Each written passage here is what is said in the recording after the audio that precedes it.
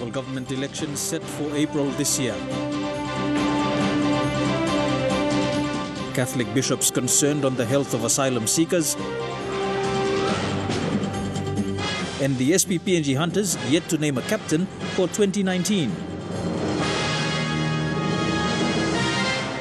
This is National MTV News with Meriba Tulo. A very good evening. Thank you for joining us. This is Monday's news. Minister for Intergovernment Relations Kevin Isufu today announced the dates for the local level government elections. Minister Isufu made mention that his approval of the LLG election dates and official announcement should now put to rest speculations about further deferral of the elections. The local level government election dates were officially announced today by the Minister for Intergovernment Relations, Kevin Isufu. The issue of writs will happen on the 25th of April, 2019. Nominations will close on the 2nd of May. Polling will start on the 9th of May and will end on the 22nd of May, 2019. The return of writs will be on or before the 13th of June, 2019. So basically the calculation of the election days are as follows. The nomination period will be 7 days. The campaign period will be 15 days. The polling period will be 14 days. And the counting period will be 21 days. And of course the return of writs will be on the 13th of June 2019. Mr. Isufu also explained that due to so many issues arising as a result of direct elections of heads of LLGs, NEC through a decision number 357, 2015, withdrew its previous decisions to allow provinces to have their LLG heads elected direct by the voters. Just because of the direct election of president. So we have 27 LLGs and some wards of election have been failed in 2013 as a result of this. As a means of corrective action, NEC changed the method of electing LLG heads back to the old system where councillors now elect the presidents in the LLG assembly. Our Prime Minister has been saying in response to a few questions raised in the floor of Parliament, we are mindful of provinces who are trying to maintain the current method of electing the heads of LLGs.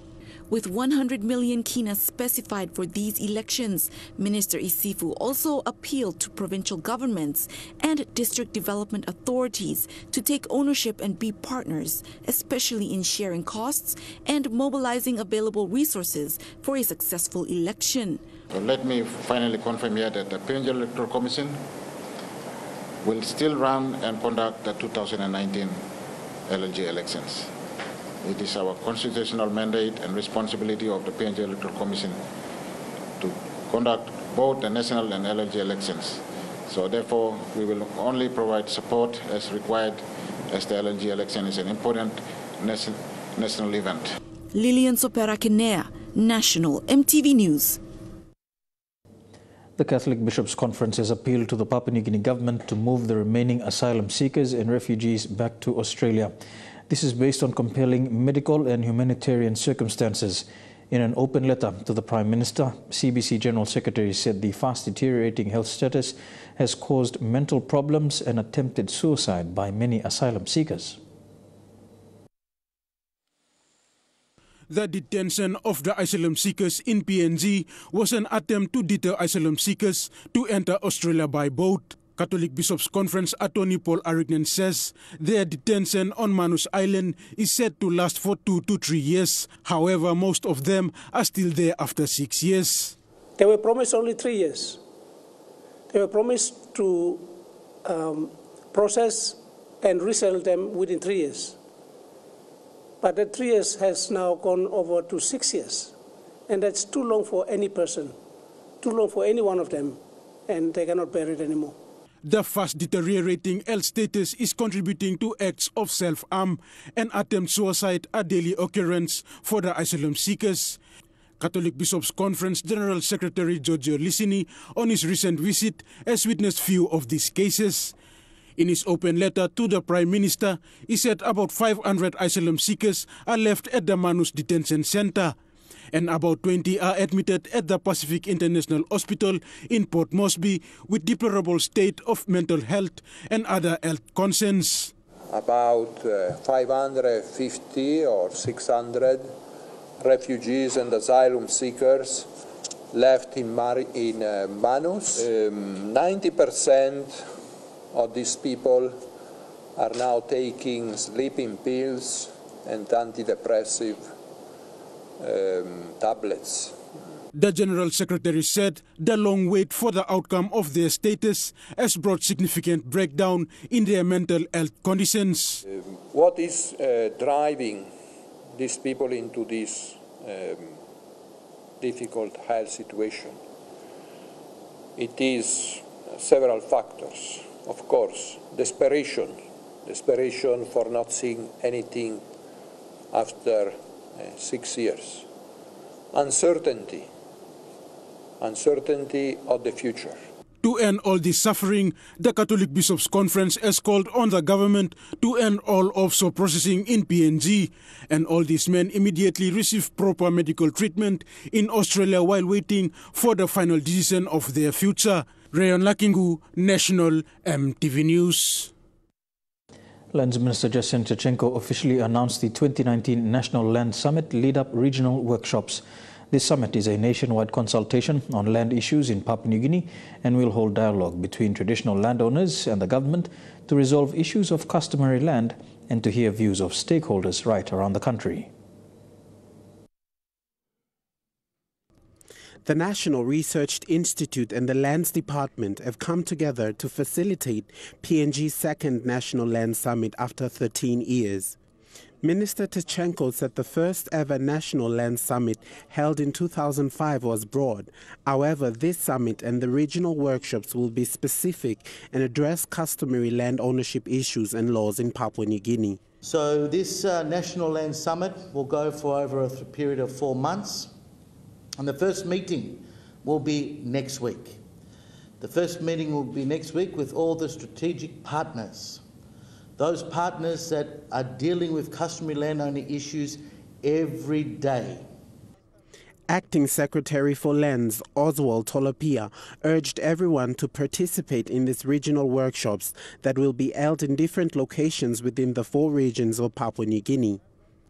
Tolopia stressed on the importance of this meeting as it will address issues of aggrieved traditional landowners. This is a move that will take us through to the next era of how best we can address and manage customary land in this country. Land impacts on each and every one of us, and in PNG, customary land accounts for more than 95%.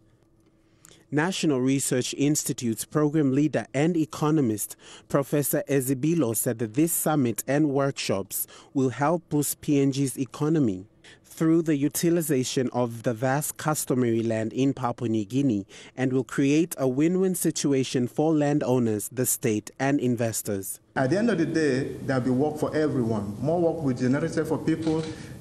Revenue will accrue to government more, which could be used for building more infrastructure. However, landowners in the most remote parts of the country will have difficulty attending the regional workshops to voice their views on land ownership and land development. The government must find a way to include every citizen concerned with customary land issues. Isaiah Tare, National EMTV News. Police in Madang have arrested and charged a man on damages done to Ramu Nickel Company office in town on the 14th of December last year. Joe Korma, aged 66, was alleged to have led a group of men claiming to be landowners and caused damages to property. Provincial Police Commander Chief Inspector Ben Neneo confirmed the arrest, saying the man is now reprimanded at CIS Beyond. PPC Chief Inspector Ben Neneo said Joe Korma was criminally charged for malicious damage. Korma was said to have led the men who were not happy with the royalty payments from the company. They armed themselves with sticks and stones and entered the company premises by climbing over the fence and causing massive damage to property. The cost of damages done was valued at over 70,000 kina. Meanwhile, Minister for National Planning Richard Marr today cautioned operators of the Ramu Nickel mine, represented by the Ramu Nickel Management Limited Company, and landowners from Kurumbukari in Madang, that all development of infrastructure services for communities within the special mining lease areas or petroleum development areas are the responsibility of the resource companies to build, provide and serve the local communities in those areas under their community service obligations. He said they will have to foot the bill under their corporate social responsibility obligation to the state and to the communities, and that the government will only be responsible for services outside the SML areas or licensed areas. He said now that Ramu Nickel Mine has been profitable, the company must now partner the government to deliver much-needed services through the tax credit scheme. The minister has spoken to the government of China through the ambassador to look at grant aid to assist in areas where Chinese companies are developing major resource projects, as in the case of Ramu Nickel, and in the future, the upcoming Frida mine in the Sipik province. After almost 3 decades of talks to create a limestone project in Chimbu province by former politicians, the Chuave electorate is taking the lead by putting words into action. Chuave MP Wera Mori officially commissioned the equipment and machines for the Elimbari limestone and cement project last Friday in his electorate. Vasina Tayama with this report. Locals stand up in numbers with the traditional attire. It was a project they had been waiting for years. They expected to have big impact in the community. Limestone, which will be taken out from Mount Elimbari in Chuave electorate, is, according to experts, 99.7% pure lime. Chuave MP Wera Mori, a geologist by profession, explained to his people that lime is an industrial mineral. It can be used as chemical to treat mining waste and can produce cement as its byproduct. Because ordinary material is inside long province, like using one of lime, the production clinkers, for the factory, working cement, long lay, importing gypsum, now grinding, now working cement. Local landowners who will play a bigger part in the permitting of this project to occur have showed their support to seeing the limestone project eventuated. Feasibility studies have already started and a team of experts will continue on with clan vetting. Incorporate land-owner groups or ILG must be established or can be established so that people can be identified, the all benefits people can achieve through this plan. The 3 phases involved in producing lime is the assembling of plant and equipment, quarry operations, and getting fine product in powdered form as lime. Project committees are finding market opportunities such as the Wafi Golpo mine in Morobe province, which has a huge consumption of lime. Production, infrastructure, production. All by not wasting time that we give you me. Now producing lime, because all you got planned is also producing lime. Long desperate us. You may need long producing lime. Now stockpiling. Chimbu province, which is situated in the rocky part of the country, makes minimum income due to its geography. The Elimbari limestone and cement project is a national project that will benefit the province as well as the nearby provinces.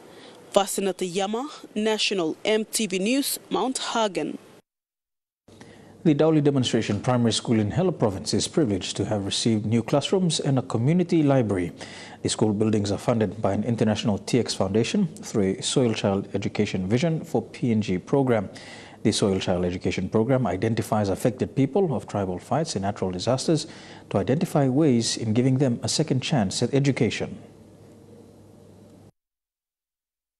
Dauli Demonstration Primary School, like other schools in Hela Province, has been greatly affected from the 2018 earthquake of 7.5 magnitude. The earthquake damaged the classrooms and affected students' learning. Thanks to the Soil Child Education Vision for PNG program, led by a local who is a PhD candidate at Flinders University in Australia, who identified the primary school to help them get back to school. PhD candidate Sheila Paya was unable to see the opening of her model project. However, TX Foundation, who funded the project, officially opened the classrooms on behalf of Sheila and the foundation. And education is the most powerful weapon that we can use to change Tari, to change Hela province, to change Papua New Guinea, to change the world. The foundation has built 10 classrooms and a community library. This will create space for more students to enroll. This project is a model project for Sowell Child to reduce poverty in rural Papua New Guinea. Sowell Child's vision is to create more learning space and a conducive environment for schools and communities to learn, value their local knowledge and resources, as well as to reduce poverty and develop locally sound projects. Well, people had different views, different ideas about the Hela province, but now we can see that there is a positive of growing and grooming in the future in this education. Sowell Child has more of such projects that will be piloted in the next 2 years. They have also supplied biomedical, primary health care and education supplies from Adelaide in Australia to Hela province. Other projects will include churches, women groups, leaders training, and helped to reduce poverty in communities. Vasinata Yama, National EMTV News, Mount Hagen. Here with the news this Monday, among stories after the break, an update on the Manam volcano eruption, a family evicted in Leh, and rehabilitating a road link built in the colonial days. Stay tuned for the details.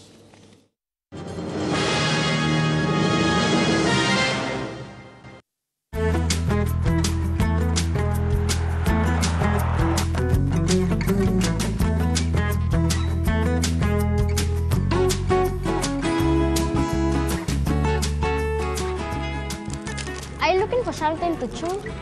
Yes, I am. But it's more difficult to find something to chew. Not if you're Asylum Seeker. Mino kai kai buai, mi kai kai pike gasa. Do not play with death when your family goes out to sea. Do not get on an overloaded dinghy, or if alcohol is being consumed. Do not get on a dinghy in bad weather, or if there is no extra zoom or drinking water. Always wear a life jacket. Ensure your loved ones return safely when going out to sea. This message is brought to you by NMSA. At Colgate, we believe every child has the right to a healthy, bright smile. We educate children through Colgate's Bright Smiles, Bright Futures program by providing children, teachers, and families with the tools to make good oral health a lifelong habit. Each year, Colgate reaches over 450,000 children in PNG with this program. We are dedicated to turning the bright smiles of today into the bright futures of tomorrow. Together, let's keep PNG smiling.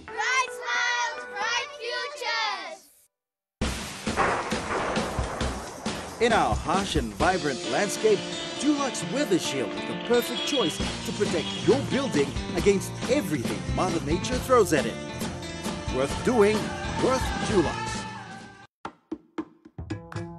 The Jumbo Stocktake sale is on now. PNG's biggest sale of the year, and it's on throughout January. Grab yourself savings so big you won't believe your eyes. So bag yourself a bumper bargain before they disappear. The Jumbo Stocktake sale at Brian Bell Home Centers. Sale is on now. Awesome 1M coming soon on MTV, bringing you stories from Papua New Guineans around the country. Stay informed and be educated on Awesome 1M. The canoe is coming from Biak in West Papua. Unexpected is like disaster being come up. Okay, mouse low. In a way that we can last time plan and no can house no can put down a area.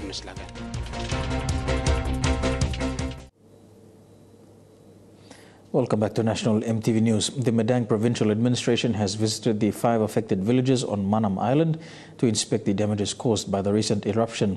Provincial Administrator John Bivy and a team of officials has made plans to find land on mainland Bogia to resettle people. The continuous eruptions on the island has left many villages without shelter, food and clean drinking water for days. The 5 worst affected villages need urgent support from both the provincial and national governments. The islanders fled their homes and sought refuge with families and relatives following the recent eruptions. Water sources like the wells and streams are no longer safe for drinking and cooking, making it difficult for villagers to live on the island. Yabu LLG Acting President Kenny Bolly says copra is their main commodity that they use to generate income to help with necessities. Islanders depend on the revenue generated from this cash crop to pay for the children's school fees. However, the recent eruptions that has occurred since August has destroyed all their coconut plantations. Another concern is the possible health risks faced by islanders in the days and weeks ahead. The National Housing Corporation in Leh is working to verify the ownership of a house after a family was forcefully evicted last Thursday. Stanley Malai said his family was out of the house and were told that someone else had bought the house. The NHC boss in Leh confirmed that the property is a NHC property. However, the NHC officers were not involved in this eviction. This family was evicted from their home last week, Thursday. They were given a notice 1 day before the eviction, telling them they had to move out the next day.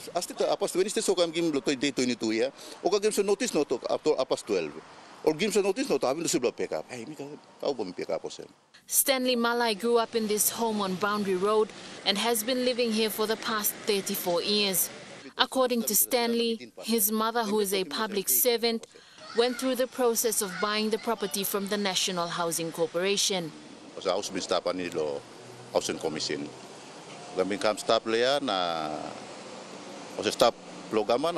stop more than a month, yes, you can see something, you can buy it. So months makes something, or something have been working. Last week, Thursday, Stanley and his family, along with tenants from the adjoining unit, were evicted. So me plan no ado plogo la one plan, me plan stop. Na more no giving me plan 1 week or 2 weeks or months na but more come so lem Wednesday and now but me plan painim car too. In December last year, 2 families were evicted from their home in Eriku after being told their houses had been bought off by a company. NHC's regional manager Andrew Augui said he wasn't aware of the eviction, saying it was not approved by the NHC office in Leh.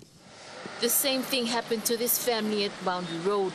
Stanley's wife Edith says her 4 children were frightened at how the eviction was conducted. So something do me plakati mogata banana one something ole tolkam orgeta kamante bush knife. So me pla poret na me pla sanapsta. We confirmed that the property belongs to the NHC, but NHC officers were not involved in the eviction, according to NHC regional boss Andrew Augui. Mr. Augui said the alleged buyer claims to have a title. However, they are working to verify this. Lucy Kopana, National EMTV News, Leh. After 17 years of delays, work to light up Okapa district in Eastern Highlands province will commence. This afternoon, Okapa MP Saki Soloma presented 50,000 kina as the first component of a 1 million kina funding allocated by the district. MP Soloma says counter-funding will be made to ensure communities benefit from the project. He added that most public services, especially health and education, are disadvantaged because of no electricity. PNG Power Chief Executive Carolyn Blacklock was present to receive the cheque.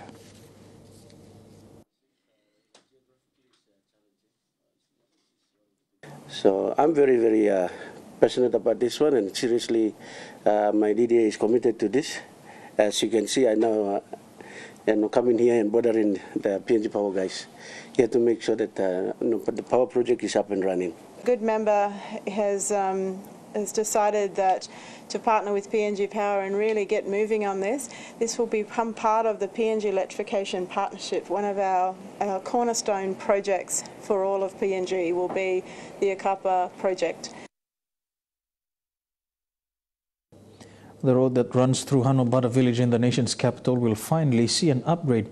The Boavagi Road was built back in the colonial days and was maintained once in 2007. Since then, there has never been any rehabilitation done until now.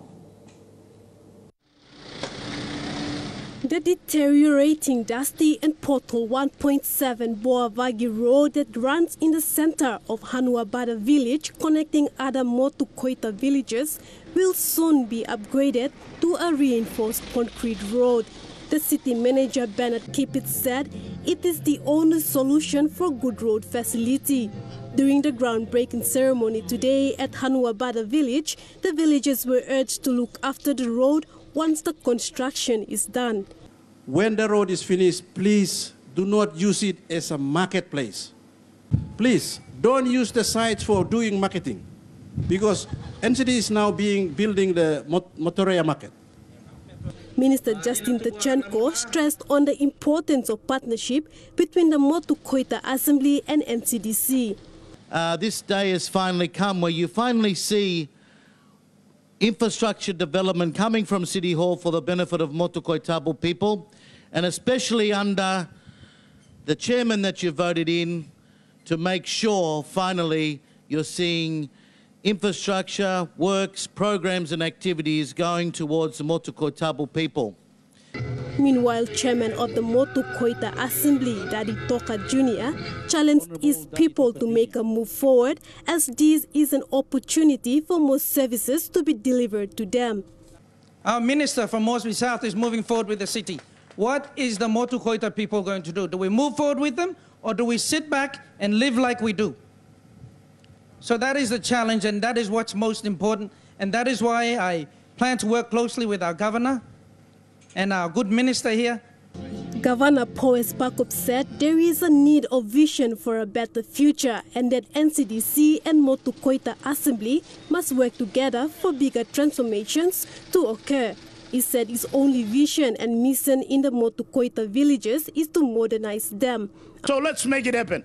Let's make this launching today, groundbreaking, the beginning of modernizing, lifting, catching up, transforming our villages so that we together build a better future, because our people are no better.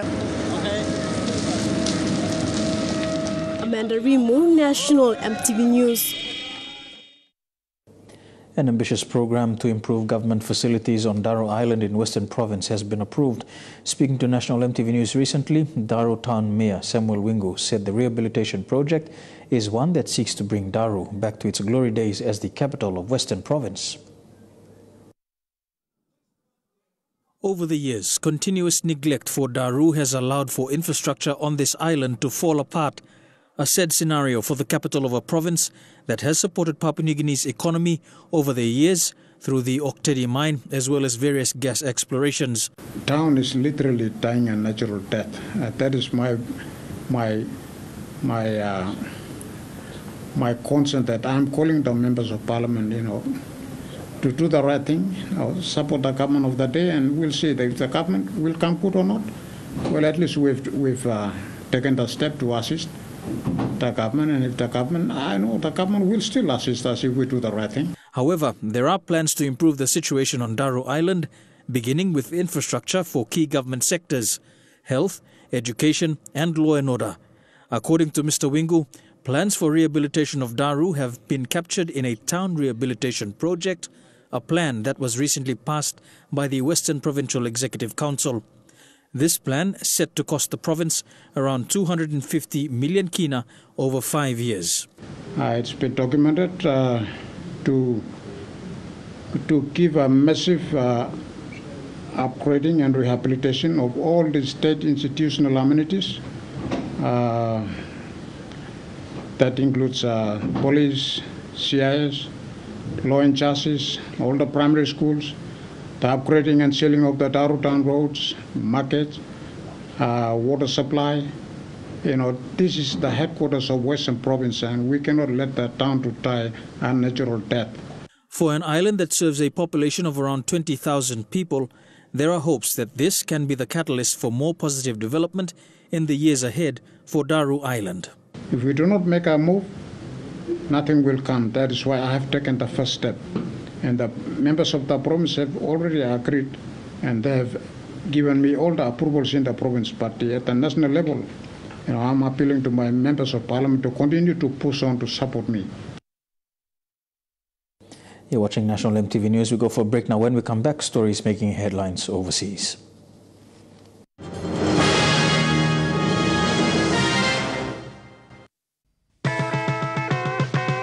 Kids, it's time to go back to school. Go back to school with great deals from Theodist. Buy one backpack and get the second one at 50% off. Also offering 20% off on all Diodora school shoes. Spend 120 and receive a 10 kina free gift card. But that's not all. Buy a HP laptop and get a wireless printer plus a 50 kina gift card free. So what are you waiting for? Theodist, for all your school stationery. As PNG's only ISO-accredited bulk haulage operator, IPI Transport guarantees the delivery of your critical cargo. Equipped with state-of-the-art GPS tracking systems and backed by an experienced team, you can rely on IPI Transport, part of the IPI group of companies.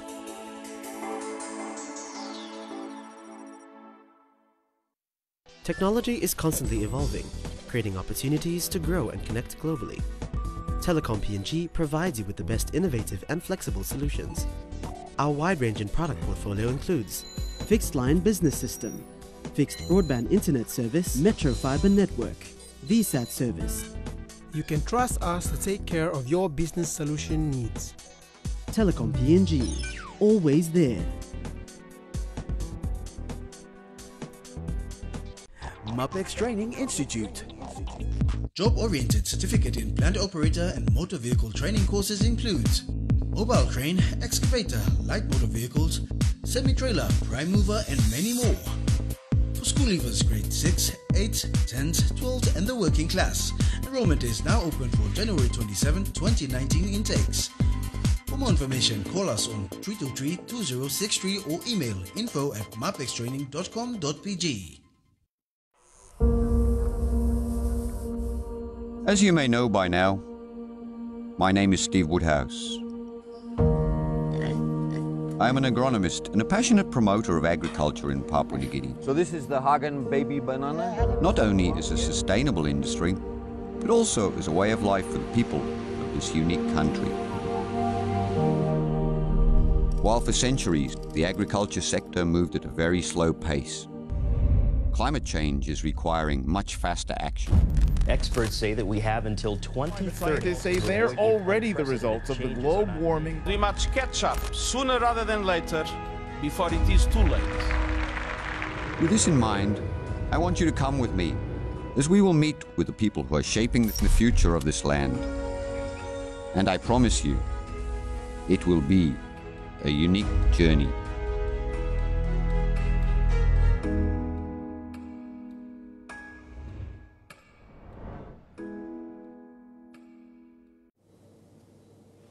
Welcome back to National EMTV News. Turning overseas now, a double bombing at a Catholic church in the southern Philippines has claimed the lives of at least 20 people and wounded more than 80 others. This happened while worshippers gathered at the Sunday Mass. The area has faced years of religious and political violence. Dozens of casualties here in the Philippines after a pair of explosions in a part of the southern Philippines in a region called Mindanao in a town called Jolo. According to authorities, the first explosion took place inside a cathedral in that town where people were attending Sunday services. The second explosion took place shortly thereafter. It occurred as soldiers who were nearby were rushing over towards the church to assist victims of the first explosion. That's when the second explosion occurred, and that's when the soldiers became victims themselves. Now, we know that an investigation is ongoing. We know the area is locked down, but authorities have not yet said what a motive might be here or if any one specific group was responsible. Unfortunately, this is a region of the Philippines that is no stranger to this kind of violence. For decades, there has been violence between Christians and Muslims in the area, between the government and separatist forces in the area. In fact, it was just back in 2017 that Islamic militants laid siege to a city called Marawi, and it took about 5 months, around 150 days, for Philippines military forces to actually get those militants out of the city, and we know that attacks have continued since then. Additionally, another piece of relevant information here is that a referendum vote took place last Monday. That vote was relatively controversial. It was a vote essentially on a plan that was created by the government and separatist groups in the region to create a newly self-administered region in this part of the Philippines. The hope there being that autonomy could help make that region more peaceful and more safe for the people that live there. That referendum did ultimately end up passing, but of course not everyone voted for it, including the town of Holo, where this latest attack occurred. Now, the government is not saying that this attack had anything to do with that vote. They're not saying it had anything to do with previous violence in this region, only saying that this investigation is ongoing, and of course their priority remains the dozens of casualties that were the result of a pair of explosions on Sunday in the southern Philippines. To Australia now, a cleanup is underway after far north Queensland's biggest flooding emergency in more than a century. A new record flood level in Daintree left the ferry closed and the ticket booth floating in fast-flowing waters, but some locals say they were caught by surprise with the weather report forecasting moderate flooding, not severe. The rain may have eased, but the mud and debris from dirty floodwaters has made the clean-up a long and messy job. Residents are also angry, saying they were caught off guard. Moderate flood levels for the Daintree River expected. Tourism operator David White says the warnings downplayed the danger. We just got in the car and drove and we almost didn't make it out. It was almost too deep. The Daintree River peaked at 12.6 metres, a level not seen in more than 2 decades. Did this one catch you by surprise? Definitely, yeah.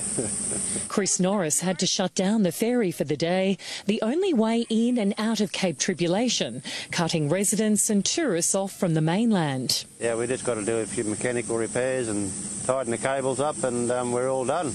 The ticket booth was tossed about like a toy.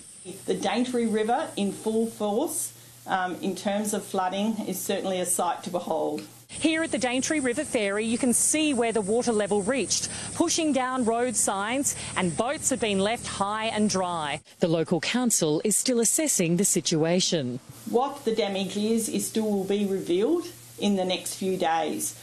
Local kids have been on the front line. We've been shoveling all the mud for hours. Police are again warning residents to exercise caution. This car hit a tree that was blocking the Gillies Range near Cairns, and authorities are frustrated as drivers continue to ignore flood warnings. Fiji is paradise, and Grace Road says it's building heaven on earth. About 400 members of the controversial church have left South Korea for the Pacific, led by their controversial guru Shin Ok-ju. The demon possesses our thoughts. Along the way, they've built a sprawling business empire in Fiji, enormous farms, a restaurant chain, dentists and hair salons, even a building company. But its explosive growth has generated tensions. I'm baffled and I'm confused. They have dominated a very significant aspect of our economy over here. And the group's still haunted by persistent and disturbing allegations of abuse. These pictures, broadcast by a South Korean network, show Shin Ok-ju hitting her followers and ordering them to hit their family members too. Shin Ok-ju was arrested by police in Seoul last year, accused of confiscating the passports of her followers and preventing them from leaving their compound. We wanted to see for ourselves what was happening, but our calls to Grace Road's leaders went unanswered. This call is being diverted. So we drove to the front door of its compound in lush farmland outside Fiji's capital, Suva. But we were turned away. The secrecy is increasingly disturbing Fiji's mainstream churches, and they want Fiji's government to launch a full investigation. Getting of the truth. What we want is the truth, because our people have been victimized. It might seem strange that a South Korean cult has put down roots here, thousands of kilometres from home. But former members say Reverend Shin Ok-ju predicted a great famine on the Korean peninsula and said they would find safety and prosperity in God's country, Fiji. But for some, this dream has become a nightmare. Yeah, with Monday's news, we go for a break now. When we come back, some sporting updates in Trukai Sports. Stay tuned.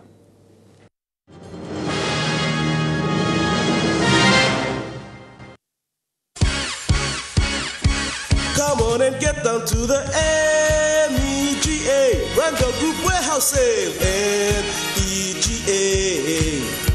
With crazy prices, all stock must go, and it's on at the Home Center, Gordon's, you know. Come on down to the Bridewell Group Mega Warehouse Sale with crazy bargains to be had from the 19th of Jan to the 3rd of Feb.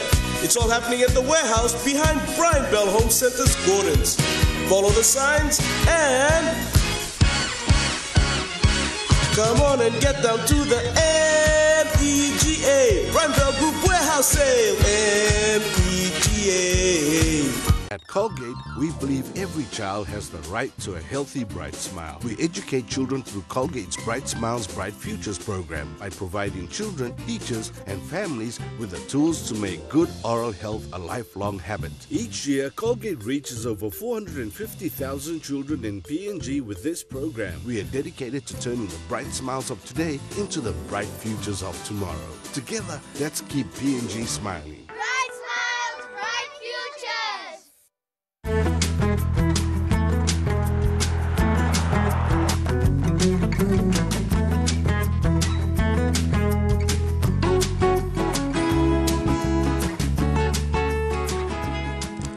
Are you looking for something to chew? Yes, I am. But it's more difficult to find something to chew. Not if you're Asylum Seeker. Me no kai kai boy, me kai kai PK gasa. In our harsh and vibrant landscape, Dulux Weather Shield is the perfect choice to protect your building against everything Mother Nature throws at it. Worth doing, worth Dulux. No can time long pilai one time die. Time family belong you, I go other side long solwara. No can kalap long dingi where emi pull up pinis or kalap suppose only drink beer. No can kalap suppose whether I bugger up or no got extra zoom or wara belong drink is that. All get a time wearing life jacket. Sekim suppose one talk belong you I come back alright. Time only go other side long solwara. This fella talk save I come long NMSA. Taste of PNG.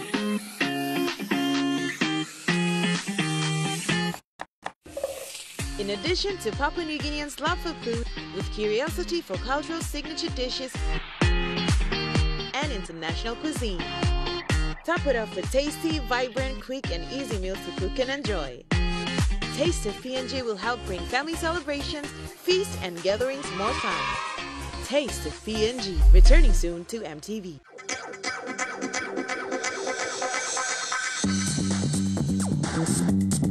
Trukai Sports.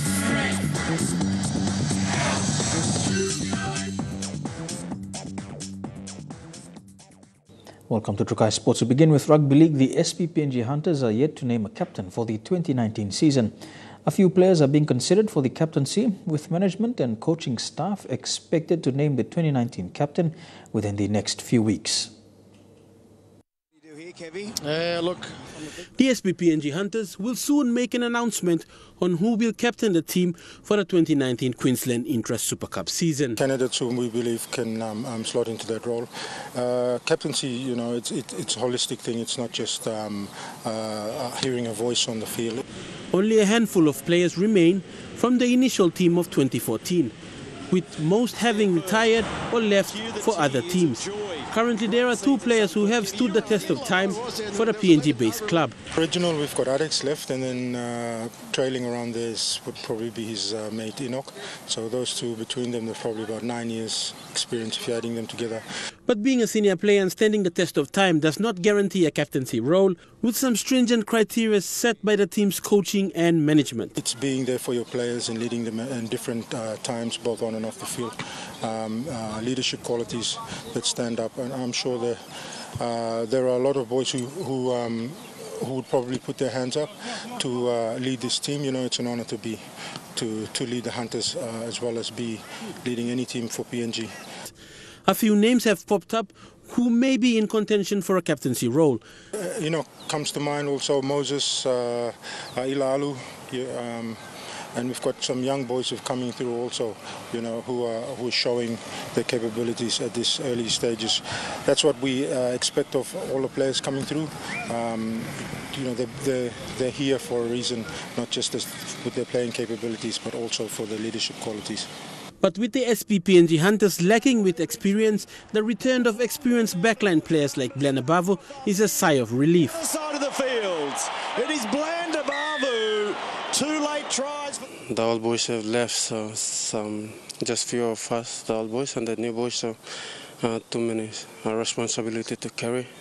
Bland sees potential in the team and is positive about the team's 2019 season campaign. This year could be a good year for us.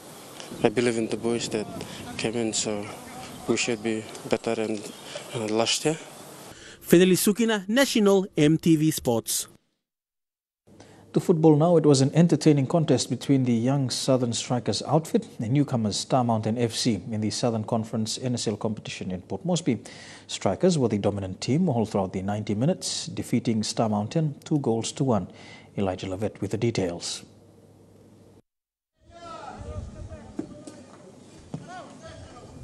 It was the last match of round 1 of the Southern Conference National Soccer League competition. The Southern Strikers team, comprised of many young players from the Strikers Academy program, proved to be trouble for their opponents early in the match. Star Mountain recouped and was clinical in their attack in the first half, shredding through passes, catching the Strikers' defense napping. Though both teams had scoring opportunities, they failed to put one past the keeper. The score remained 0-0 at half-time.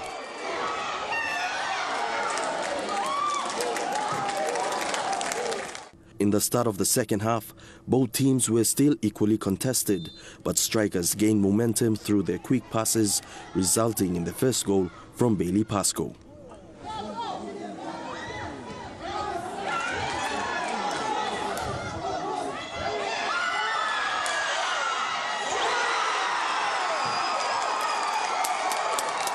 Star Mountain fought back, threatening Strikers' defense.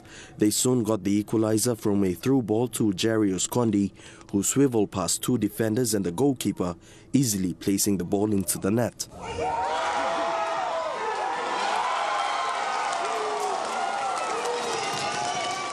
Confidence grew for Star Mountain as they kept intimidating the Strikers' defense, having countless shots on goal. Fatigue began to kick in for many of the players, but Strikers remained determined.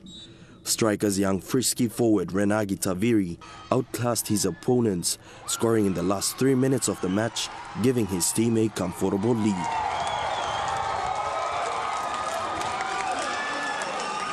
The match ended in a 2-1 victory to Southern Strikers. Elijah Lavette, National EMTV Sports. Don't go anywhere. We'll have more of Trukai Sports after these messages. Stay tuned.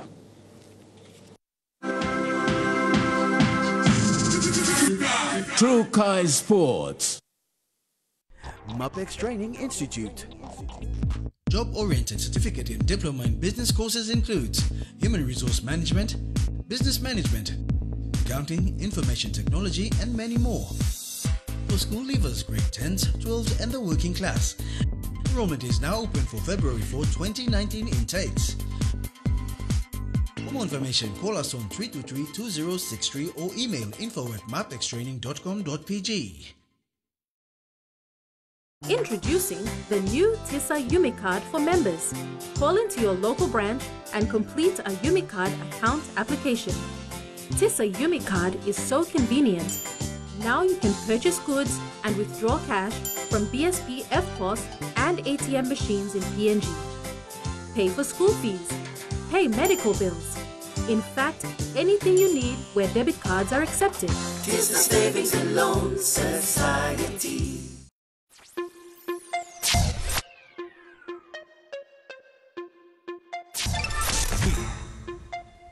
Are you serious?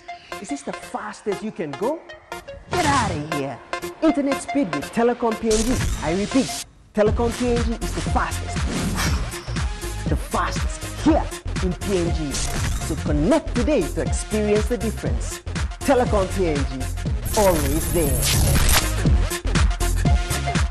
Sportsy, bringing you the latest sporting results in the country and around the region. Sporting highlights, emerging talents, and more. Shane Saraya. And I'm Denmark Stripo.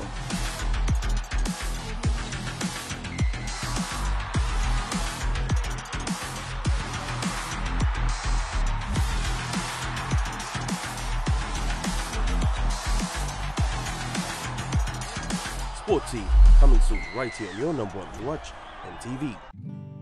I love the way you taste. I love the easy meal. I love family dinner time. I love my true kind. I love the quality. I love the yummy smell. I love the energy and show. I love my true kind. So many reasons, all of us agreeing. So put on your t-shirts and let's all sing. I love my true guy. I love my true kind. I love my true kind.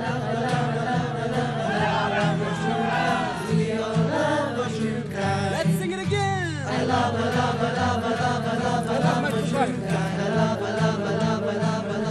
true kind. I love my true kind. It's rice, the very best rice. Cause we all love a true kind.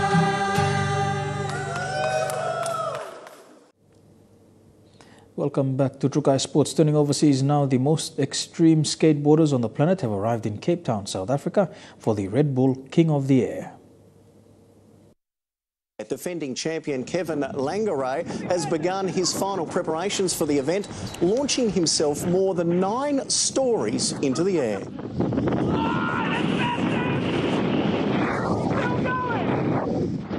The high-flying Dutchman won last year's event with a jump of 28.3 metres. That's almost 100 feet at 100 kilometres an hour. Certainly impressive, but Kevin... And to tennis now, Australian Open champion Naomi Osaka says she's starting to come to terms with her success of winning Grand Slams, but she's still keen on avoiding much of the attention that comes with it. Osaka beat Petra Kvitova in 3 sets in last night's final, needing almost 2.5 hours to beat the resurgent Czech. It's Osaka's second Grand Slam title in a row, and she'll be the new world #1 off the back of her Australian Open campaign. When I was little, I watched all the great players play on Rod Laver, and I've always dreamed of playing there, let alone winning. So I guess to finally accomplish that, it feels definitely like a dream, but also I know that I've been training no matter what happened, and I think that I don't really soak things in anyways. Like I always look towards the future. So.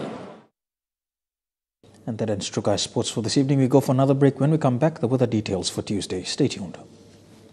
Trukai Sports.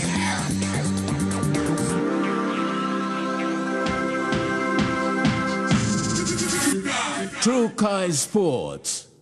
Public awareness from IRC, payment due dates for goods and services tax, 21st of the month. Salary and wages tax, 7th of the month. Company income tax, 30 days after notice of assessment. Personal income tax, 30 days after notice of assessment. Stamp duty due on assessment are the withholding taxes on declaration. Lodge appropriate tax return, which is also due on the due date as the payment date. Payment methods include FPOS. All bank debit cards are accepted at FPOS terminals at our regional centers and provincial offices. Credit cards are not accepted. Bill pay. IRC bill and name is Internal Revenue Commission, code 11628. EFT direct payment. Bank credit transfer application, bank check, bank draft. IRC is no longer accepting personal company check payments. You must include your TIN and name, tax being paid, tax period, payment date and amount, your electronic payment receipt. For more information on making tax payments or to obtain copies of your receipts, call 322-6548 or 322-6773 or visit www.irc.gov.pg. This message is authorized by the Commissioner General, IRC. No can try long pilai one time die. Time family belong you. I go other side long solwara.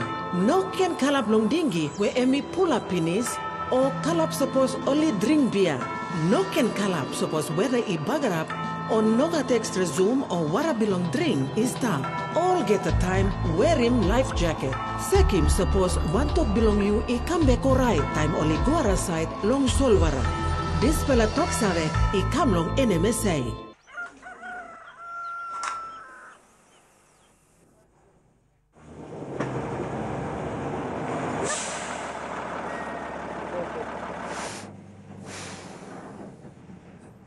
Bomb chicka wow wow. Bomb chicka wow wow.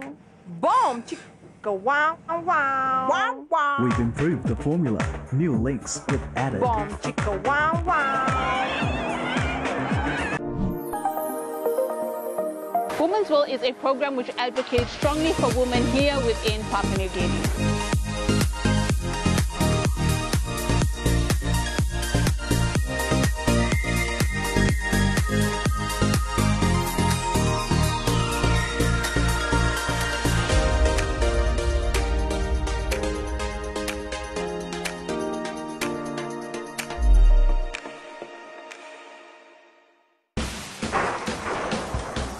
In our harsh and vibrant landscape, Dulux Weather Shield is the perfect choice to protect your building against everything Mother Nature throws at it. Worth doing, worth Dulux. The weather details were proudly brought to you by Dulux, celebrating 50 years in PNG and the only paint made in PNG.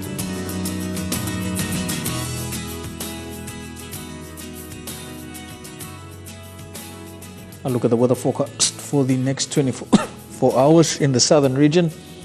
Port Moresby can expect a shower or two, the same in Kerema and Alota, showers in Daru and Popondetta. To the Momasa region, thundery showers expected in Lae, Wau and Wewak, thundery rain in Madang, showers in Vanimo. To the New Guinea Islands region, showers in Lorengau and Kimbe, a shower or two in Kavieng, Kokopo and Rabaul, and a shower or two as well in Buka. And in the Highlands region, the major centres Mount Hagen, Goroka, Kundiawa, Mendi and Wabe can all expect showers over the next 24 hours.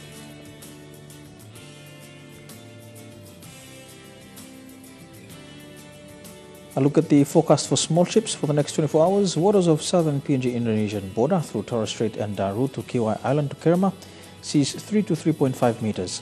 Waters of Kerema to Yule Island to Hood Point to Samarai Island, seas 2 to 3 meters. Waters of eastern and western Milne Bay Islands and waters of New Britain to New Island and Bougainville, seas 0.5 to 1.5 meters. Waters of Samarai Island to Cape Vogel to Finchafen, seas 0.5 to 1.3 meters. Waters of Finchafen through Vitias and Dampier Straits to Siasi Island to Long Island to Madang and Bogia, seas 1.5 to 2 meters. Waters of Bogia to Wewak, Aitape, Vanimo and the northern PNG Indonesian border, seas 2 to 3 meters. And waters of Manos and its western group of islands, seas 2 to 2.5 meters.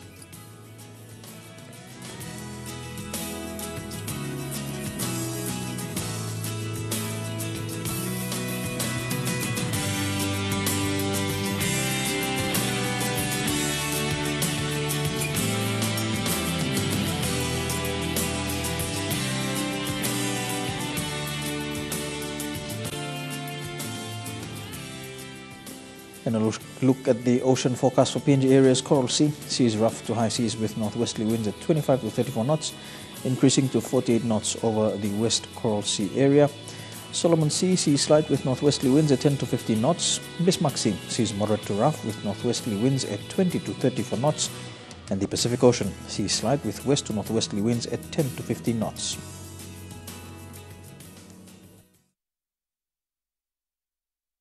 The weather details were proudly brought to you by Dulux, celebrating 50 years in PNG and the only paint made in PNG. And that's the way it is today, Monday the 28th of January 2019. On behalf of the EMTV News team right around the country, pleasant viewing. Good night.